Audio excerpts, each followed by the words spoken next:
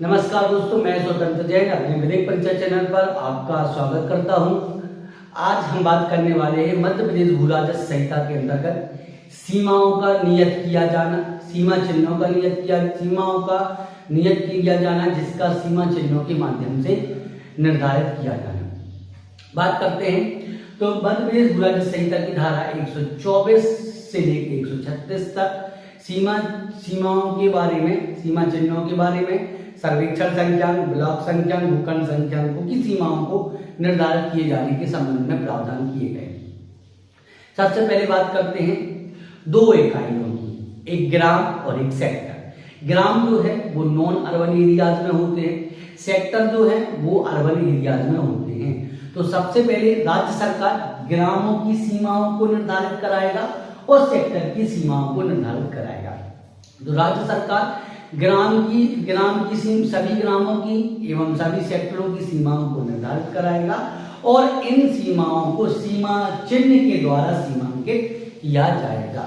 अर्थात ग्रामों और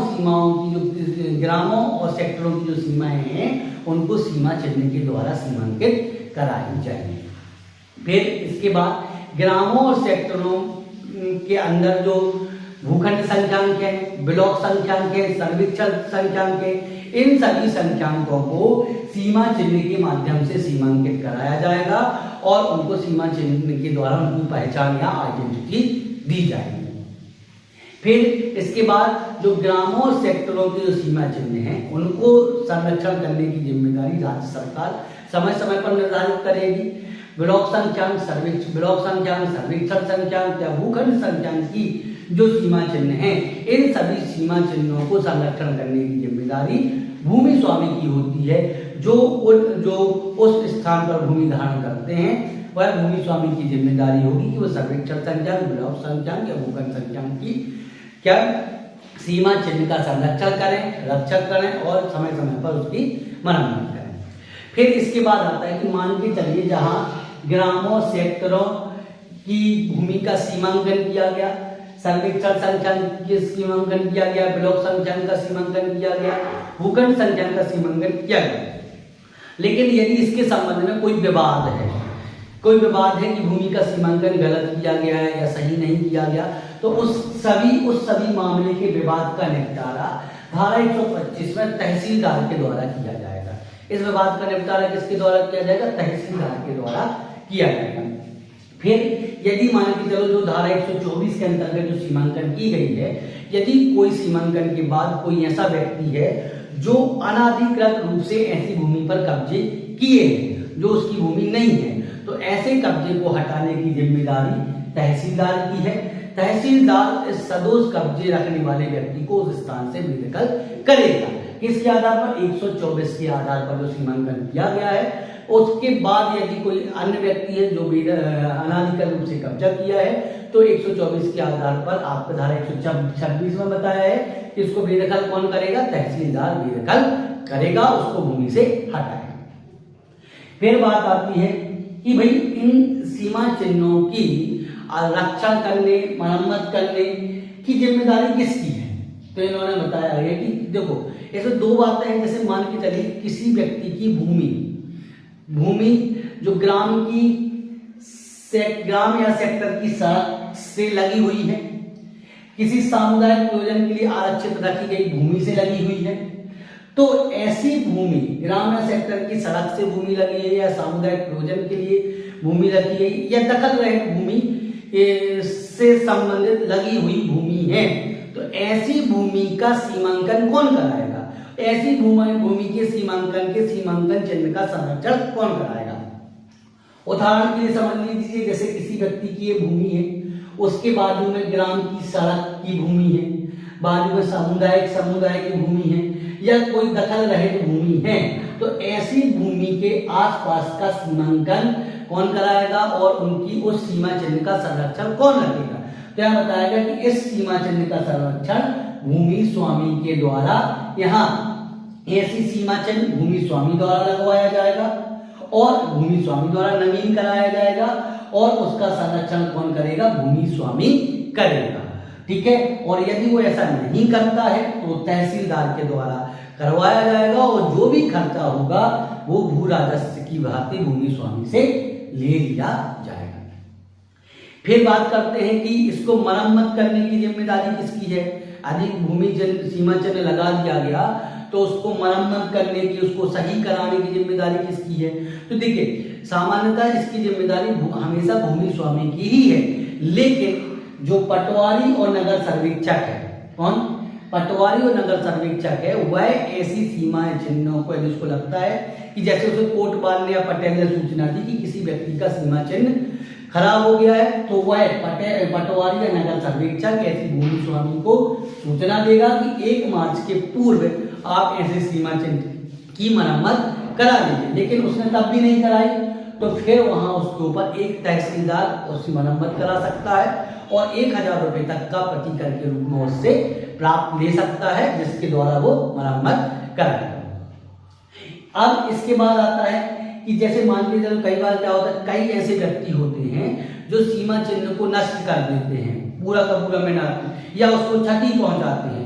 तो क्या ऐसे व्यक्ति को नहीं रोका जाना चाहिए। तो इसमें कहा गया धारा 130 में इसका प्रावधान दिया गया कि यदि कोई व्यक्ति सीमा चिन्ह सर्वेक्षण चिन्ह को विनष्ट करता है, क्षति पहुंचाता है, नुकसान पहुंचाता है, बिना प्राधिकार के उसको वहां से हटाता है, नष्ट करता है कोई भी व्यक्ति, तो उसको धारा 130 के अंतर्गत तहसीलदार के द्वारा उस पर 5000 रुपए का जुर्माना लगाया जा सकता है।